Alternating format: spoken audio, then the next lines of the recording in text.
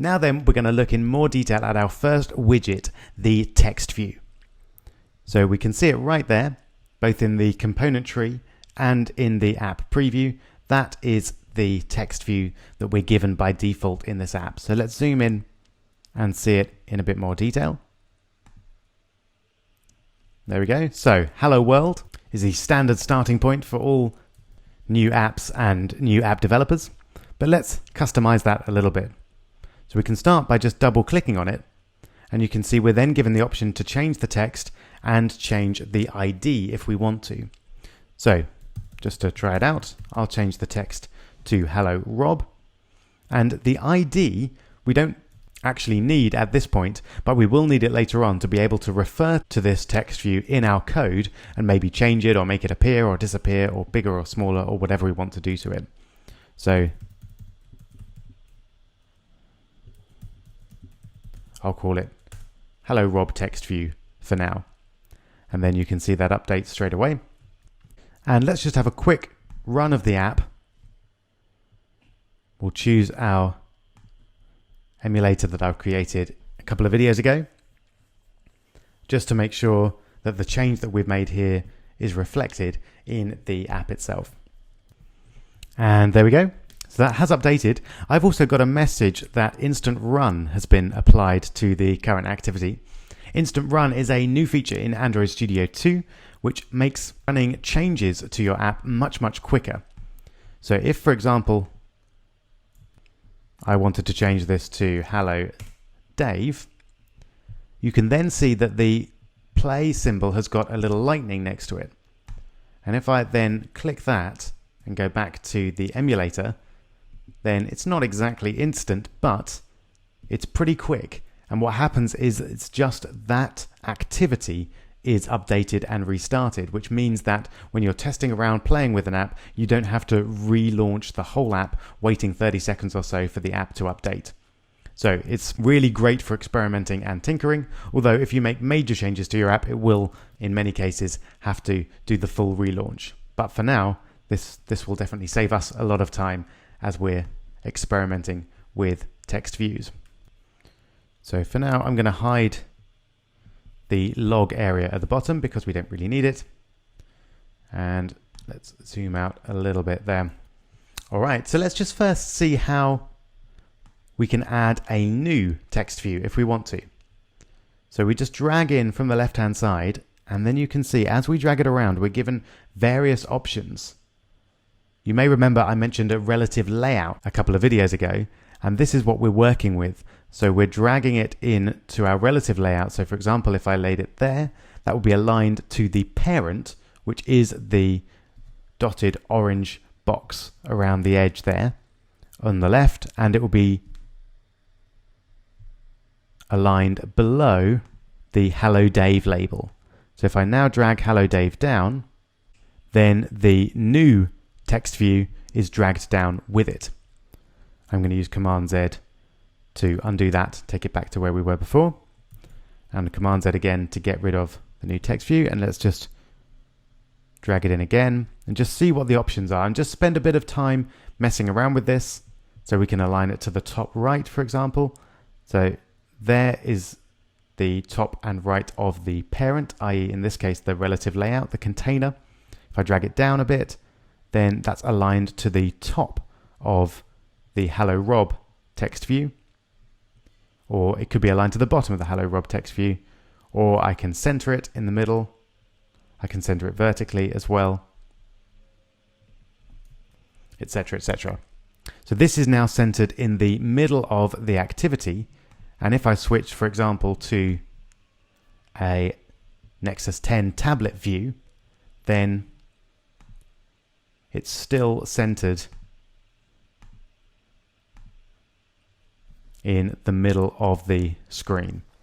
So actually that makes making apps for different screen sizes pretty straightforward, because you know if it's centered in this way, it's going to be centered on every device. So that's very simply how we can change the layout of our app when we're dragging in new widgets. We'll see that in much more detail later on as we build more complex app layouts.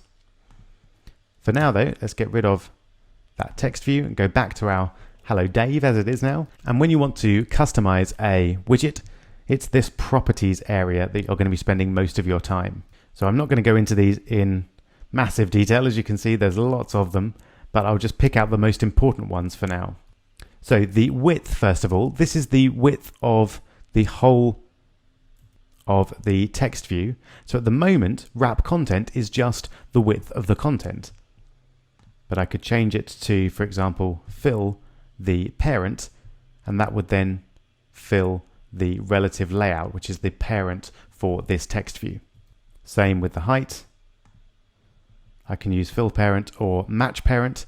In this case, they're the same thing because there are no other elements in the relative layout, which is the parent for our text view. So now I've got a very big text view. As you can see, that's the same, but I'll go back to wrap content, which is usually what you're going to want for a text view. We can add in margins if we want. So for example, I could add a margin of 10 DPs, and you can see that's now moved it to the right and down. It's worth getting clear what a DP is. A DP is short for density independent pixel, and a DP is essentially 1/160th of an inch. So 160 DPs are roughly 1 inch on any Android device. So when you're designing your layouts, DPs are almost always the best option to use. If for some reason you need to be extremely precise, you can use PX for pixels, but that's generally quite a bad idea because it won't scale well on different devices. So use DPs for almost all measurements, except for an exception that we'll see in a moment. Now with margins, of course, we could set them all to 10 dp, or we could, for some reason, set the left margin to 30 and the top margin to 60. You can see that you get that effect there. And again, let's just remind ourselves that we can use the lightning refresh to see that in action. And there we go. That's happened nice and quickly. Okay, so clicking back on the text view, here you can change the alignment of the text view. That's all reasonably straightforward, so I'm not going to look at that in much detail now, but it's worth looking at the style here. So we can pick a particular style, or we can click on the menu, so the 3 dots there, to pick one of the many styles that comes with the theme that we're working with. So you can see there's loads of different styles there, and that will just bring in a bunch of default sizes, colors, and in some cases margins and layouts as well. So again, feel free to experiment with that. So for example, if I just go for large, then that will set a bunch of those styles for me. And there's a big advantage to doing that, because that means that specific devices can set appropriate settings for those styles.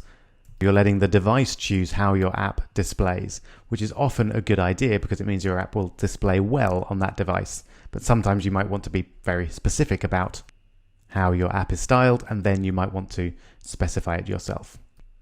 Moving down, we've got the alpha. Now this is a very useful way of making your user interface elements transparent. So if, for example, I put 0.5 in as the alpha, you can see that that fades slightly. And what it's essentially doing is becoming transparent.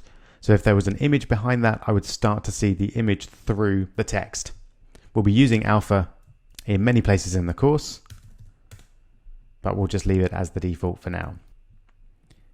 Jumping now to background.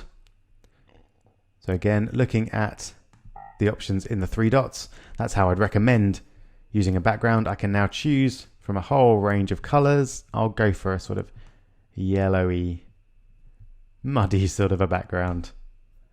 And there we go. So you can see we've got a nice yellow background, and it might be clearer now if I do an alpha of 0.5, possibly. That's now slightly yellow. So that's how we set the background color. There's some more options for the background if we want to there. I'm going to jump through these ones. Font, is obviously pretty useful. It's nice to be able to choose a particular font. So we've got loads of fonts there. I'll just choose one at random. Looks pretty much like what I had before. And gravity is essentially alignment within the element. So if, for example, I change the width to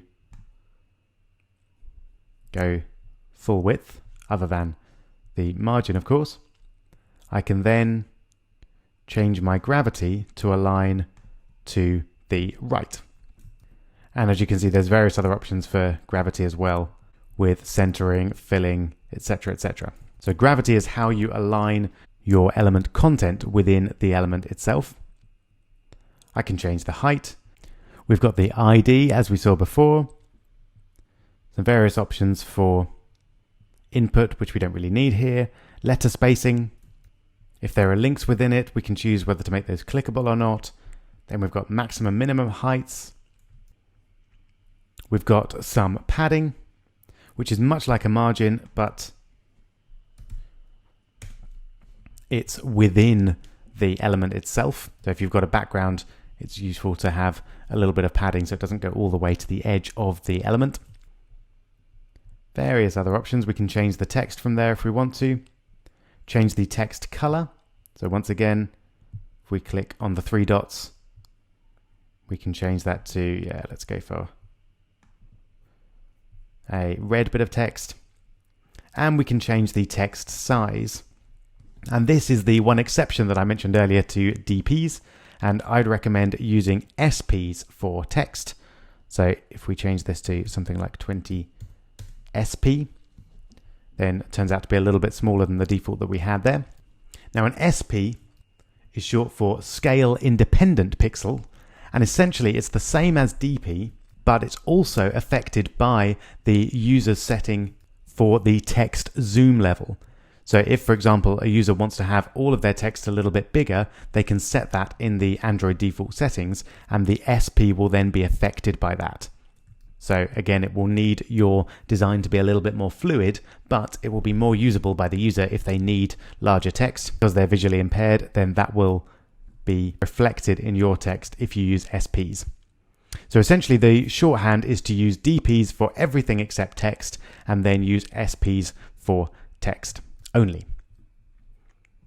Then we've got some more options for style, theme, and width at the bottom there as well. So that's a bit of a whistle-stop tour, and I would thoroughly recommend playing with these in a little bit more detail and just working out how they all fit together. For now though, I'm going to give you a quick challenge, and that is to recreate this text view here.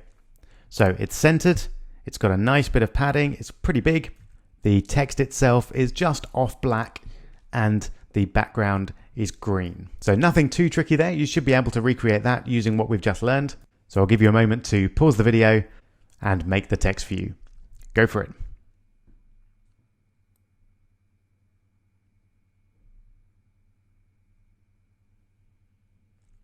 Okay, I hope that went well.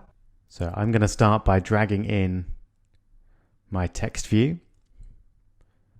And we wanted it centered, so I'm going to go for centered at the top, and I'll start by double clicking to change the text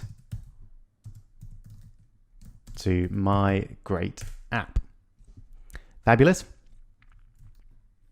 And then let's start by changing the text size. So I'll go for something nice and big, 50 SP. That looks great. And I'll change the text color as well. I'll go for that dark, pretty much black color. Great. And then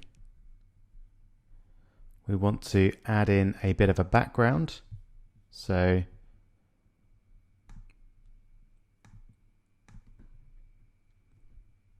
let's choose the green that I suggested. There we go. Lovely green background. And finally, a bit of padding. So scroll down to padding, and of course DPs for padding. There we go. So very quick exercise. Doesn't look beautiful obviously, but it gives us an opportunity to just practice the various customizations that we've just learned. Excellent. So that's fairly thorough introduction to text views. In the next video, we're going to go on and look at buttons, and this is where we'll actually start writing some code as well and start making our apps interactive.